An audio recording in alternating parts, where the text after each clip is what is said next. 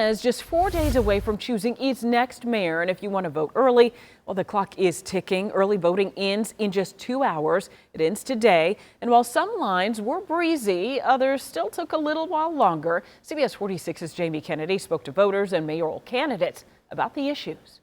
75 or older. Many voters took the chance on the last day of early voting in the Atlanta mayoral race to make sure their vote counts. Thank you. I think voting is important, so I always make a point to vote in every election, even if they're more minor issues. So far, 30,631 have cast their early vote.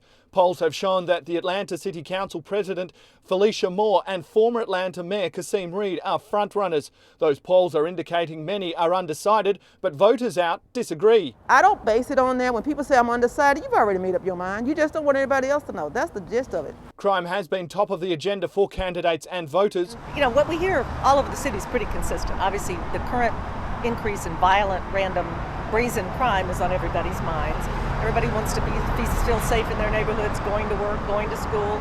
While others feeling socioeconomics is the key issue. No one is talking about a socioeconomic shift, moving residents out of poverty into our working middle class, and then lifting up our working middle class. Two voters I spoke to had only made up their minds 24 hours before heading to the polls. I made my decision yesterday because basically I wasn't going to vote.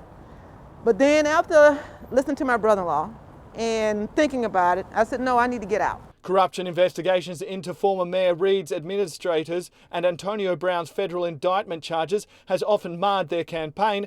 Voters saying that's not an issue. Everybody has skeletons in their closets, so no one really cares about your personal life if it doesn't affect what you're trying to do for the community and for the city of Atlanta. Jamie Kennedy, CBS 46 News.